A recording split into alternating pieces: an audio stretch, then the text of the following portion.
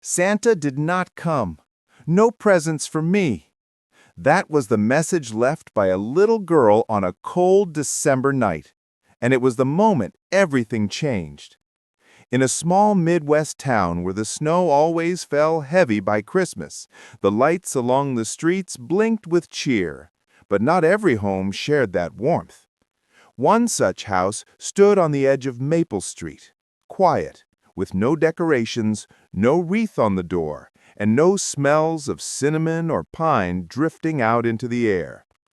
Inside, a little girl named Emily Carter sat cross-legged on the living room floor, watching an old television flicker with images of happy families tearing open colorful gifts under twinkling Christmas trees.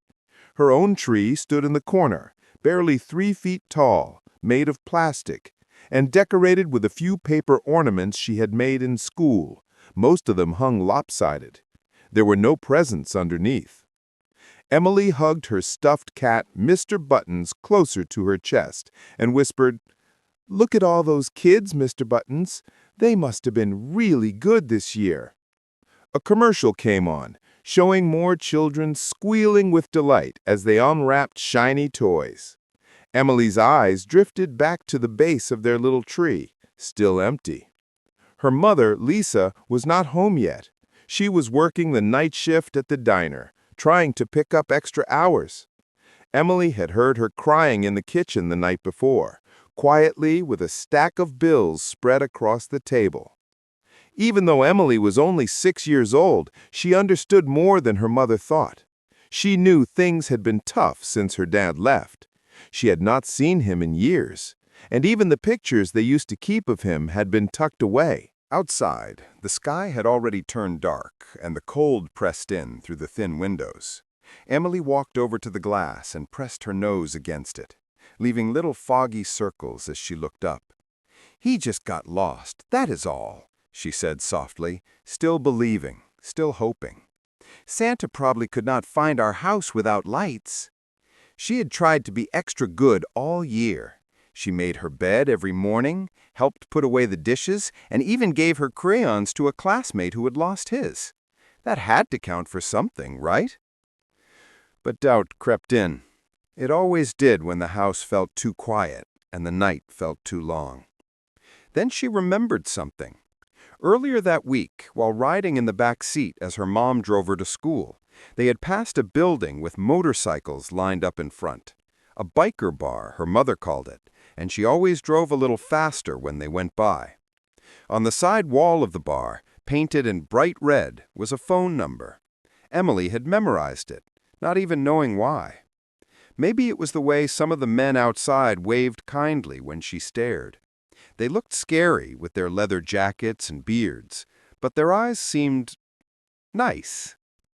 That night, standing on a step stool in the kitchen, Emily reached for the phone hanging on the wall. Her little fingers trembled as she dialed the number, pressing each button carefully. It rang 3 times before a recording played. A gruff male voice told callers to leave a message. Emily hesitated. Her heart pounded in her chest. Then came the beep. She leaned in close and whispered, "Santa did not come. No presents for me." Her voice was small, barely more than a breath. Then she hung up quickly, eyes wide, unsure if she had done the right thing. Her face burned with shame, but a part of her still hoped that someone, somewhere, might hear her. Back in the living room, she sat down on the floor again, Mr. Buttons back in her arms. The TV continued playing the holiday special, but now the cheerful music felt almost cruel. She held the stuffed cat tight, a tear slipping down her cheek. The magic she had dreamed of, the one with snowflakes and glowing lights and laughter, felt impossibly far away. And still, through the flicker of the television and the quiet hum of the house, that tiny spark inside her refused to go out completely. Maybe, just maybe, someone had listened. At that very same moment, a few blocks away, a row of motorcycles rested outside a weathered old bar called the Rusty Anchor.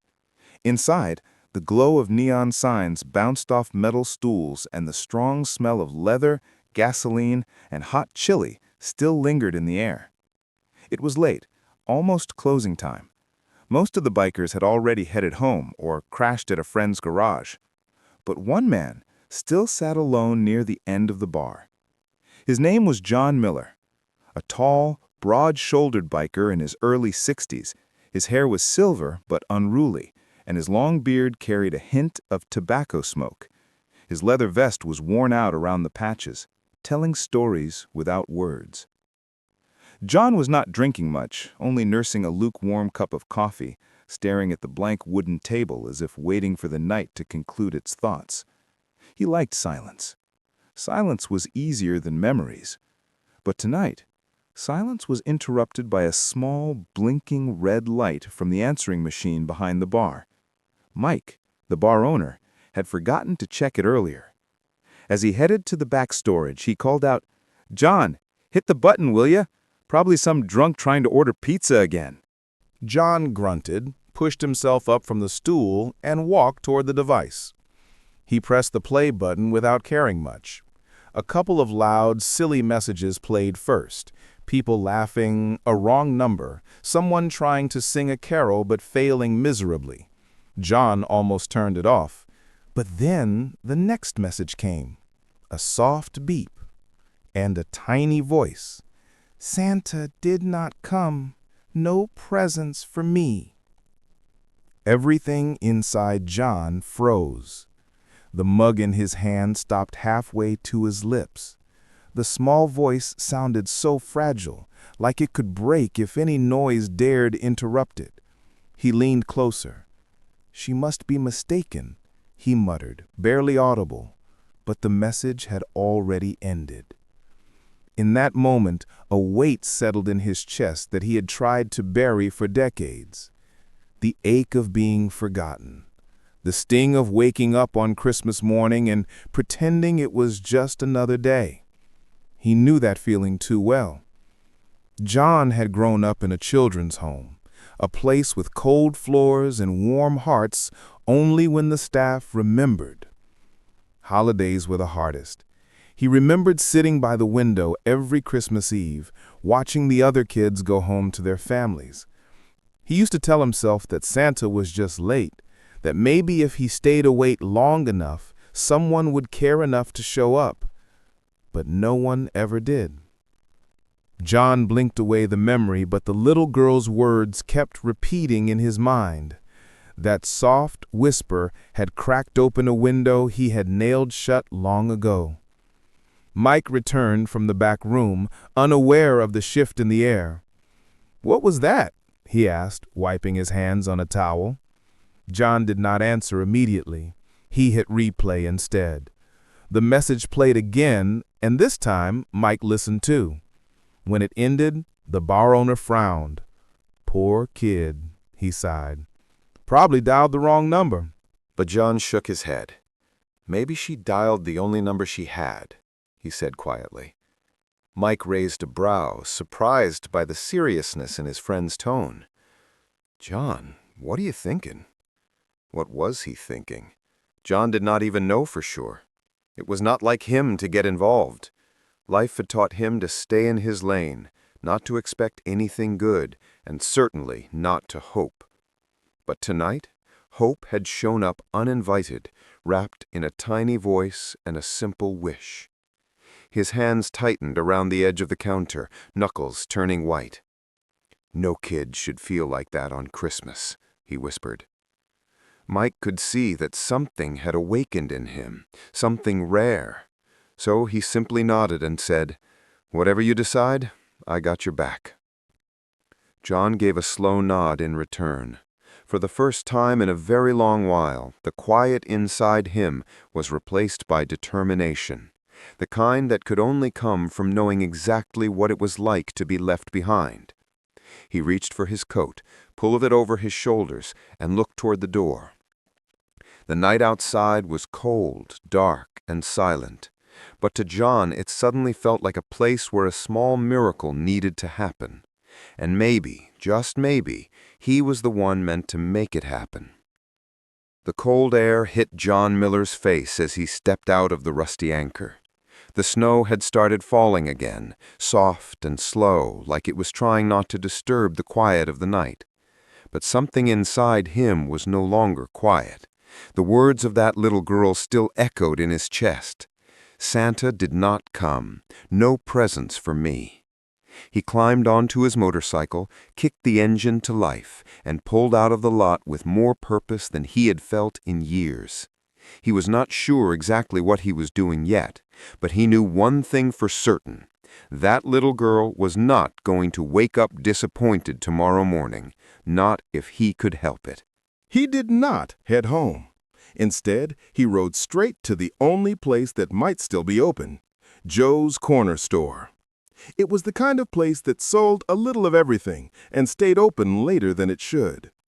The fluorescent lights buzzed overhead as he walked in, dusting snow from his shoulders. Joe, the owner, looked up from his register, surprised to see him. "John, everything okay?" John gave a slow nod. "You got any toys left?" he asked, walking straight toward the back of the store. Joe followed, scratching his head. "Not much. Most of it's been picked clean."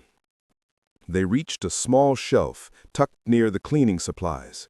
It held a few sad-looking dolls, a stack of coloring books, and a single stuffed bear with a ribbon around its neck. John picked up the bear and gave it a gentle squeeze. It was soft, softer than he expected. He grabbed a doll, too, and the handful of crayons, and a coloring book with princesses on the cover. Joe watched silently as John gathered the items, then finally said, "Who's the kid?" John paused for a moment before answering. "Don't know her name, but she asked Santa for help. Left a message at the bar." Joe did not press further. He just nodded and rang everything up. As John pulled out his wallet, Joe slid a roll of wrapping paper across the counter. "On the house," he said. "You're doing something good tonight." Back at the bar, the regulars were still hanging around, sipping the last of their drinks, unaware of what was coming. John pushed open the door and dropped the bag on the pool table. "I need your help," he said, his voice firm. They all looked up, puzzled. "With what?" asked Red, a biker with a beard almost as long as John's. "With Christmas," John replied. There was silence for a moment. Then Tank, a mechanic with grease on his hands and a soft heart no one ever mentioned, stood up. "What do you need?" John told them everything about the girl, the message, the toys, the idea that maybe, just maybe, they could do something more than ride fast and drink hard. Maybe they could make a difference. The room shifted. Men who rarely spoke about feelings now moved with quiet focus. They dug into their saddlebags and toolboxes. One found a string of lights buried under his gear. Another brought in old decorations from his garage.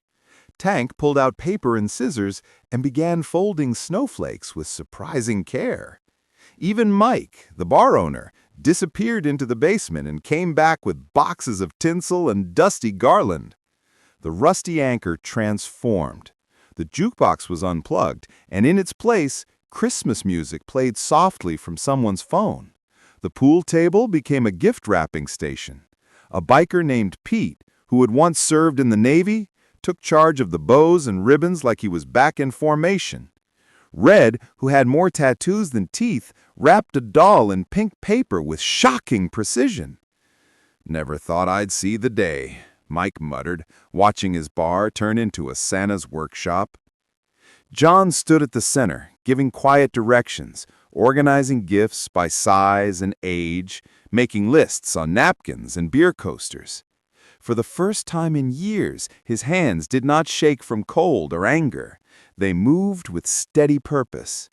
And something else began to stir, not just in him, but in all of them. A sense of belonging. A sense that maybe the past could not be changed, but tonight they could give something better to someone else. As the final gift was wrapped and the last paper snowflake taped to the wall, John stepped outside. The snow had slowed to a gentle drift.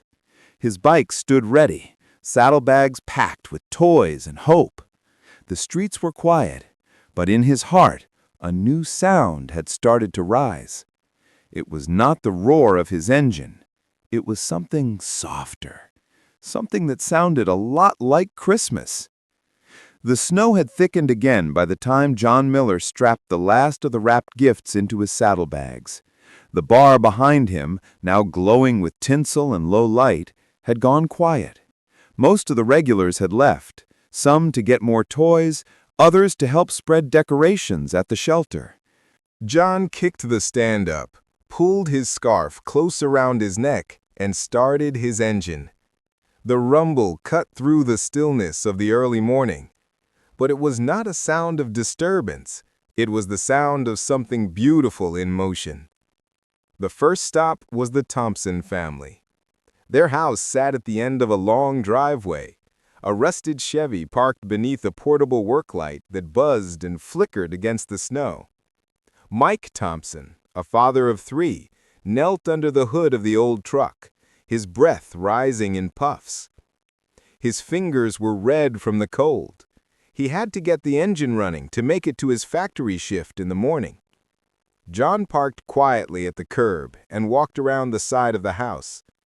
Through the window, he could see a small plastic tree sitting in the corner, crooked and bare. There were paper snowflakes taped to the window pane, clearly cut out by small, eager hands. The front door was unlocked. He slipped inside, careful not to make a sound. The living room was warm. A plate of slightly burned cookies rested on the coffee table with a note that read, "For Santa." The handwriting was clumsy, but full of hope. John's throat tightened. He knelt by the tree and placed the wrapped boxes beneath it. One held a wooden block set, another a science kit. He took a bite of one of the cookies and left behind a trail of crumbs, not for himself, but for belief. When he stepped outside again, Mike was still working under the hood. John said nothing, just disappeared into the dark, leaving behind a trail of boot prints and something far more lasting. He moved from one house to the next. The Ramirez kids who had outgrown their winter coats. The Wilson twins in the apartment complex where the hallway smelled of old soup and mop water. He visited the shelter, too, where the only tree had been made from green construction paper and taped to the wall. Inside, a tired woman in a Santa hat was trying to make 2 small boxes of donated toys stretch between nearly 20 children. She looked up in disbelief as John rolled in bag after bag of wrapped gifts. Her eyes filled with tears, but she said nothing. He gave a quiet nod and left, just as silently as he had arrived. And then came the house, Emily's house. It was still dark when John turned onto their street. The Carter home sat quietly at the corner, its porch light flickering, the paint on the siding peeling from years of weather. There were no decorations, no lights, only silence and the hush of falling snow. He parked 2 houses down. The wind had eased and the town was still asleep. Carefully, John lifted 3 packages from his saddlebags, a soft teddy bear, a storybook, and a small blonde doll in a pink dress. He walked up the steps, his boots creaking softly against the wood, and gently set the gifts beside the front door. He adjusted the bows, making sure they faced outward. A small card, written in block letters, simply said, "From Santa." As he turned to leave, something caught his eye through the living room window. A shadow moved. He froze. Behind the glass, a small figure in candy cane pajamas slowly pulled the curtain aside. Emily. Her round eyes widened as she spotted the bundle on the porch. John ducked into the shadow of a large oak tree across the street, holding his breath. The door flew open. Emily burst out onto the porch, her slippers slipping slightly on the snow-covered wood. Her curls bounced as she gasped. "Mommy! Mommy, come quick!" she shouted. "Santa came! He really came!" She dropped to her knees and picked up the teddy bear first, hugging it so tight it nearly disappeared in her arms. She twirled in place, laughing so loudly it echoed down the street. "He did not forget. He found us anyway," she squealed. Inside, the lights flicked on. Lisa appeared in the doorway, still in her diner uniform, her eyes wide with confusion. Emily ran to her, holding up each gift. "Look, Mommy, a doll and a book and a bear. Santa found our house, even without the lights." John watched from the shadows. He could barely see their faces, but the joy in Emily's voice was unmistakable. Lisa stood still, her lips pressed into a line, eyes scamming the street. But John had already stepped back behind the tree, the snow swallowing up his footsteps. He stayed a moment longer, just long enough to see Emily dancing barefoot across the porch, her arms full of magic. Then he turned and walked away, his scarf pulled up tight, heart pounding with something he could not name. It was not glory, it was not recognition. It was something deeper, something he had not felt since he was a boy, pressing his face to the window on Christmas morning, hoping for someone, anyone, to remember he existed. Tonight, he had become that someone for a little girl who still believed, and somehow that made all the difference. Later that morning, Carla stood at the kitchen sink, a mug of coffee turning cold between her hands. The soft murmur of the television drifted in from the living room, where Emily was still busy playing with her new teddy bear. Her daughter's laughter had not stopped since sunrise, a steady stream of joy and wonder that filled every quiet corner of the house. Carla should have been smiling, should have felt light and warm with gratitude, but instead, a strange heaviness had settled over her. She kept glancing at the wrapping paper now crumpled on the floor, the bows and ribbons that looked too nice, too thoughtful, too expensive. Something about it all felt surreal, like she was dreaming it, and might wake up any minute to the sound of an empty house. Who would do something like this? Who would leave such carefully chosen presents on their doorstep without a word, without a trace? A soft knock at the back door pulled her from her thoughts. She opened it to find Mrs. Henderson, her elderly neighbor, bundled in a thick pink robe and snow boots, holding a plate of cookies wrapped in foil. "Merry Christmas, dear," the older woman beamed, stepping inside with ease, as if she belonged there. "I saw Emily dancing on the porch this morning. Looks like Santa came after all." Carla managed a polite smile. "Yes, he did. That's actually what I wanted to ask you about." She poured them both a fresh cup of coffee and led Mrs. Henderson to the small kitchen table. "Did you happen to see anyone around our house late last night? Anyone unusual?" Mrs. Henderson's eyes twinkled with curiosity as she set down the cookies. "Unusual? Well, not exactly, but I was up late. This cold always keeps my arthritis awake, and around maybe 3 or 4 in the morning, I saw a big motorcycle driving slowly down the street. Odd time to be riding, especially with the snow." Carla leaned forward, brows furrowed. "You saw a motorcycle?" "Mm-hmm," Mrs. Henderson nodded. "Couldn't see much in the dark, but the rider was big, real big. Had a sack strapped to the back, or maybe saddlebags, and he stopped at more than one house, not just yours." Carla's heart skipped. "What do you mean, more than one house?"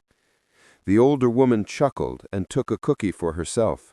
"Oh, honey, you haven't heard yet, have you? Mary from the grocery store told me this morning that her kids found toys on their porch, too, and the Ramirez family got new coats, And the shelter, someone dropped off boxes of wrapped gifts overnight. It's all over town now. Whoever this mystery Santa is, he's been busy." Carla sat back in her chair, the news washing over her like a warm wave and a cold shiver all at once. So it was not just them. They were not the only ones chosen for kindness. Somehow, that made her feel both relieved and more unsettled. "But who would do that?" she whispered aloud, more to herself than to her guest. "And why?" Mrs. Henderson smiled kindly and reached across the table, placing a gentle hand over Carla's. "Sometimes, dear, the most beautiful gifts come from the most unexpected places."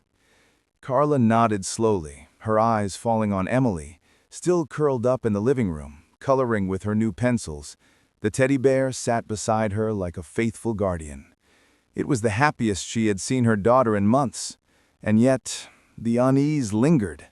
Her pride was used to standing tall, arms crossed, but this act of kindness, silent and precise, had disarmed it completely. She felt exposed, seen in a way that was both comforting and unsettling. As Mrs. Henderson stood to leave, wrapping herself back in her robe, Carla walked her to the door. The snow outside had slowed to a delicate drift again. On the porch railing, a red ribbon fluttered gently in the breeze, forgotten during the morning excitement. Carla stared at it for a moment longer than necessary. "Whoever you are," she murmured under her breath, "thank you." She did not say it for Mrs. Henderson to hear.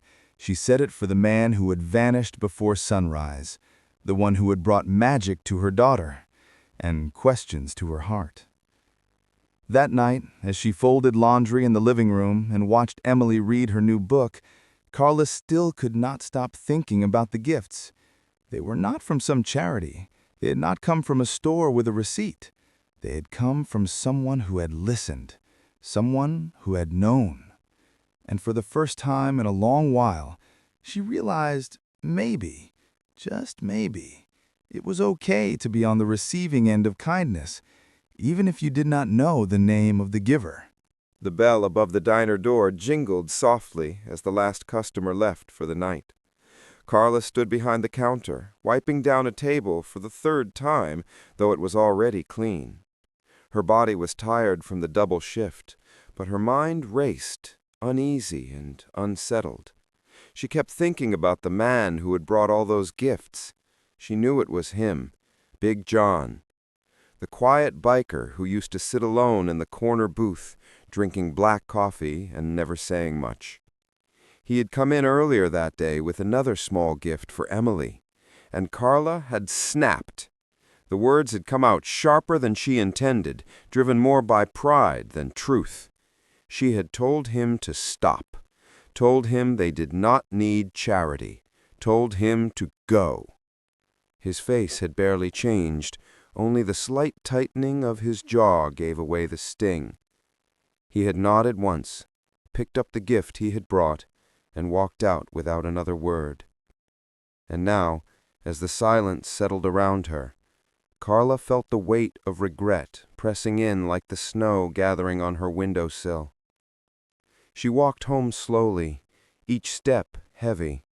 Inside, Emily was already asleep, curled up with her teddy bear, her small fingers wrapped around its soft ear. The tree still glowed gently in the corner, the last gift paper tucked neatly into a small pile. Carla sat down at the kitchen table and stared at the phone. Her pride whispered that she should let it go, that she had done what she needed to do as a mother. But her heart said something different. It reminded her of Emily's laughter, of how her eyes had lit up at each gift. It reminded her of the warm food now in the pantry, because someone had cared enough to help. Her hand trembled as she picked up the phone. She dialed the number of the bar slowly, uncertain if he would even answer. After a few rings, a voice answered, low and gravelly. "Yeah?" She hesitated. "It's Carla?" she said, her voice barely above a whisper. A pause followed. Then came his reply. "You okay?" It was simple, without judgment, and that was what finally broke the dam. "I just wanted to say I'm sorry," she said, her voice cracking. "I was wrong to push you away. I thought if I accepted help, it meant I was failing as a mother. But I see now it takes strength to let people in." There was a long silence on the other end. Then John spoke. "I understand. Pride is a hard thing to set down. But sometimes it's the only way forward." She exhaled slowly, letting his words sink in. "You offered me a job before. Do you still need someone?" Another pause. Then, "Yeah, the bar's busier than it used to be. Could use someone steady. The pay's not great, but it's honest. I can work your hours around Emily's school." Carla nodded, even though he could not see her. "That would mean a lot." His voice softened. "Your start tomorrow. Wear comfortable shoes. Mornings are slow, but they pick up fast." Carla laughed quietly, wiping away a tear. "I appreciate it, John. Really. No need to thank me. We all need help sometimes. No shame in that." As they hung up, Carla sat for a long moment staring at the phone. For the first time in weeks, the ache in her chest eased. She looked over at Emily, sleeping peacefully beneath her hand-drawn snowflake decorations, and smiled. Maybe things were not perfect. Maybe the rent was still due and the bills still high. But she had taken the first step towards something different. Not just survival, but community. At that very moment, across town, John sat in his usual stool at the bar. The scarf Emily had helped make draped around his neck. The fire behind the counter crackled softly as he stared into the flickering light. Her voice still echoed in his ears. The apology, the strength it had taken to make that call. And he smiled, just barely. Not out of victory, but out of connection, out of knowing he had made a difference. Not by fixing everything, but by showing up when it mattered. He finished his coffee slowly, savoring its warmth, and looked toward the door. Tomorrow would come early, but for once, he was looking forward to it.